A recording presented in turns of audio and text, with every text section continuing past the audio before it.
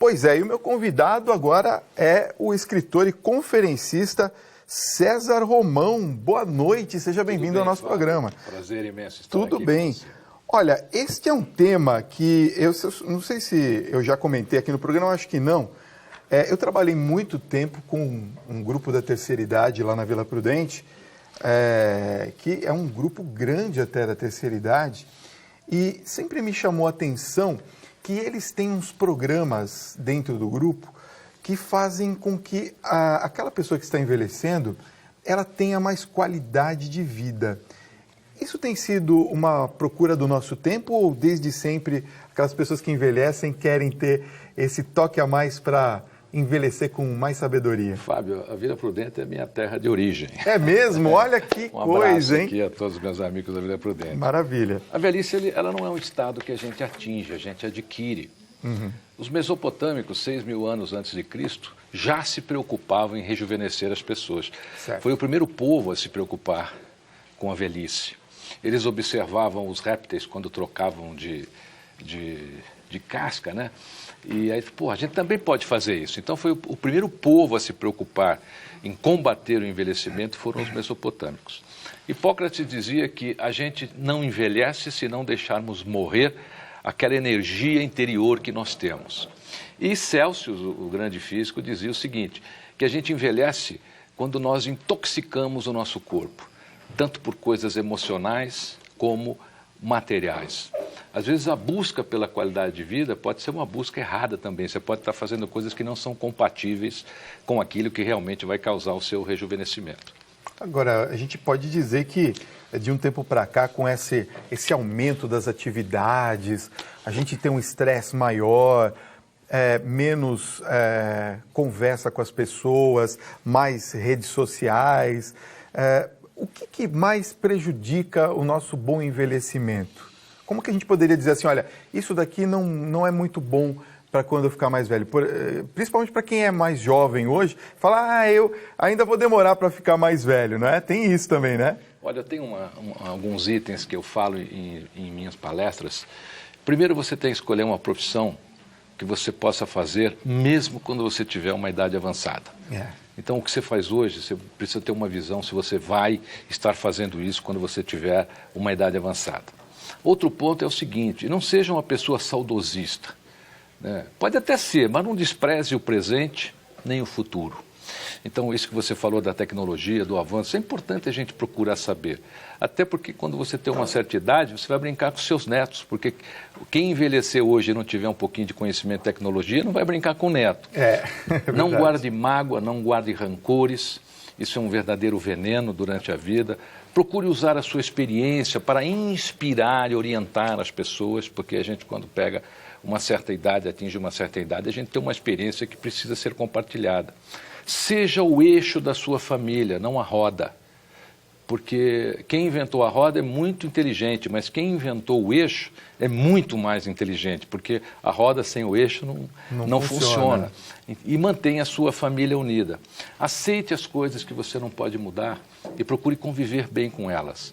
Porque ao longo da vida, as pessoas descobrem muitas coisas que elas gostariam de mudar e não conseguem, inclusive na convivência.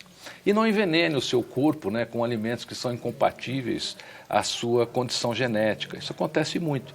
Então a pessoa vai envelhecendo e fala, mas eu não gosto de tal coisa, mas tal coisa... Manteiga, por exemplo, né? Manteiga. Então fala assim, manteiga te faz mal, o médico avisa, mas você fala, mas bom, e daí? Já tenho 80 anos, vou ficar me preocupando com a manteiga, né? E continue fazendo planos. Eu acho que as pessoas que fazem planos, todo dia elas recebem um sopro de vida de Deus. Se você fizer planos, é como se Deus estivesse soprando no seu ouvido e te dando um dia a mais na sua vida. Sabe que eu li na internet, ou alguém me mandou um GIF a respeito disso, uma imagem a respeito disso, tinha uma frase muito interessante, dizia assim, né? O sujeito que tem esperança é aquele que coloca o rádio-relógio, né, ou o despertador para acordar você no outro dia sem saber se você realmente vai acordar e atender ao chamamento do despertador, não é isso? A esperança é uma coisa muito importante. E você pode também ser um exemplo de amor, de compaixão, uma fonte de bons conselhos. Por incrível que pareça, quando você vai lá no seu avô e vai pedir conselhos, você deu um dia a mais de vida para ele. Sério mesmo? Os idosos adoram dar conselhos, eles gostam de compartilhar. Agora, os jovens de hoje acham que os idosos não sabem nada, já passou a época. Então, quero deixar uma sugestão aqui a você que é jovem, que tem avô. Vai lá, converse com seu avô, peça conselhos. Você vai ver como o semblante dele muda, como ele fica feliz, né? E uma outra coisa importante, durante a nossa vida, as pessoas se preocupam muito em ter uma velhice plena financeiramente. Eu acho que você tem que procurar ter uma velhice para atender aquilo que você precisa, para atender aquilo que te faz feliz, para você deixar um legado nutritivo. Ensine sempre o que a vida ensinou para você. Então, quando a pessoa chega num determinado ponto da vida, ela tem que compartilhar, ela tem que ensinar. Não se afaste da religiosidade. E se É isso que eu ia permita ser uma qual a pessoa importância, feliz. né, da religiosidade nesse envelhecimento. A nossa proximidade com a religiosidade, ela nos dá justamente o que você disse, Fábio, a esperança. Ela nos coloca a compreensão. Muitas vezes nós precisamos recorrer à religiosidade para compreender determinados fatos, para conseguir viver com determinadas pessoas. Às vezes você tem netos, os netos casam com pessoas que talvez você não goste, mas você tem que aprender a conviver com isso. Claro. E você tem que entender que a velhice é uma maneira de nos aproximar do universo. Quando nós envelhecemos, o universo está nos chamando, nós estamos nos aproximando dele. Eu me recordo com muita emoção do nosso querido Chico Anísio, e ele tinha um poema que ele dizia o seguinte, Chico Anísio dizia assim: esta coisa da existência e da velhice deveria mudar. Deus deveria nos soprar idosos e nos inspirar ainda bebês. Que coisa linda. Olha, tem perguntas chegando para a gente, posso fazer? Claro. Olha, a Enite Pereira, de Itabuna, Bahia, pergunta, ela fala assim primeiro, olha, não revelo minha idade, não precisa falar também, né? Principalmente mulher, a gente nunca pergunta a idade. Pois eu não quero que me coloquem limites, eu sou muito independente e quero continuar assim. Ela está fazendo correto? Olha, essa história da idade é um mito. Inclusive nas revistas sociais a gente fica assombrado de ver que aquele determinado personagem, aquele determinado artista tem 50 anos há 10 anos, né? Nunca tem mais de 50, né? 50. Eu acho que você deve assumir a sua condição. Porque quando você assume a sua condição, você fica livre. Você não se preocupa. É como mentira. Mentira você conta uma, depois você tem que ficar inventando as outras para sustentar aquela. E aí você fica preso naquela história. Eu acho que as pessoas devem assumir, viver com um sistema de qualidade de vida, fazer aquilo que ela se sinta bem e que lhe faça bem. Isso é importante. O que é que te faz bem? Pratique mais isso. Porque esta visão de esconder a idade é uma preocupação que as pessoas têm com os outros. O que os outros pensam a seu respeito é problema deles, não tem nada a ver com você. Com certeza. Olha, Janete Schmidt, de Natal, Rio Grande do Norte, um abraço a vocês aí de Natal. Ela diz assim, olha, minha mãe chegou em uma fase que precisa ajuda para se locomover e fazer as suas atividades, até as mais simples. Decidimos colocá-la em uma casa de repouso, onde há uma estrutura adequada para atendê-la. Ela disse para uma tia que se sentiu abandonada. Olha, um assunto muito importante. Não temos condições de cuidar dela, pois trabalhamos e não podemos dar o suporte adequado que ela precisa. Como fazê-la mais feliz? A convivência. Porque a partir do momento que você coloca, né, o idoso numa casa, aqui em São Paulo, por exemplo, nós temos lugares fantásticos. A Rede Vida mesmo já fez uma matéria aqui outro dia, foi maravilhosa. Se eu não me engano, chama Nossa Casa. Isso. Uma matéria aqui, foi sensacional. Sim. À medida que você afasta o idoso da família, você tem que levar a família até ele. Você tem que ter essa convivência. Ele tem que saber que você não o abandonou. Você não pode ir lá a cada 15 dias, uma vez por mês. Você tem que ter uma convivência assídua. É assim que o idoso não se sente abandonado. Mas ele pensa, às vezes, se demora muito para vê-lo, fala assim, me largaram aqui, né? Não quer, me excluíram, não é? E eu faço alguns eventos durante o ano para idosos, e essa é uma característica dele. Fala, minha filha não vem aqui há 2 meses. Pois é, tá vendo só? Minha filha não vem. Como esse grupo da Vida Prudente que você citou, existem outros, né? Então, eu sempre faço palestras durante o ano, e a maior reclamação é justamente essa. Eu não vejo meu filho há 3 meses, não vejo... Esse é o medo deles, é ficarem realmente isolados da família. A Andressa Elizabeth, de Francisco Morato, São Paulo, pergunta: ler bastante durante a vida me ajuda a envelhecer com sabedoria?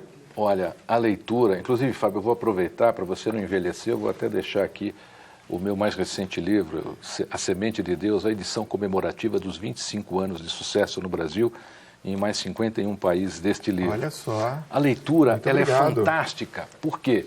Porque a leitura faz com que nós consigamos manter as sinapses do nosso cérebro unidas e funcionando. Porque nós estamos criando imagens, nós estamos formando opinião. E o que nos afasta, né, da velhice é justamente esse parar de funcionar das nossas sinapses, né, em termos cerebrais. Então, leia tudo que você puder, principalmente o que você gosta. Porque aqui no Brasil nós somos traídos quando crianças, nós começamos a ler coisas que a gente não gostava. E aí o brasileiro ficou com paura de leitura por causa disso. Porque o primeiro livro que lhe deram para ler era um livro que você odiou. É verdade. Então nós, os professores, têm que incentivar os jovens a lerem o que os jovens gostam, aquilo que cria uma identidade com os jovens. Aí nós vamos aumentar o número de leitores e diminuir o número de pessoas que envelhecem. Mais uma pergunta, privilegiando sempre a nossa audiência e os nossos telespectadores muito queridos. Rômulo Castro, de Rio Brilhante, Mato Grosso, vem essa pergunta. Tenho 67 anos e desde que fiquei viúvo moro com a minha filha. Isso tem cerca de 2 anos. Foi decisão dela e dos meus filhos. Eu gostaria de morar sozinho, não tenho problemas de saúde grave e sou capaz de fazer as coisas sem precisar de ajuda. Por que as pessoas pensam que os idosos têm que morar com os filhos depois de certa idade? Está vendo? Já é algo ao contrário. É uma preocupação que as pessoas têm, mas você sabe que tem idosos que realmente fazem tudo sozinhos.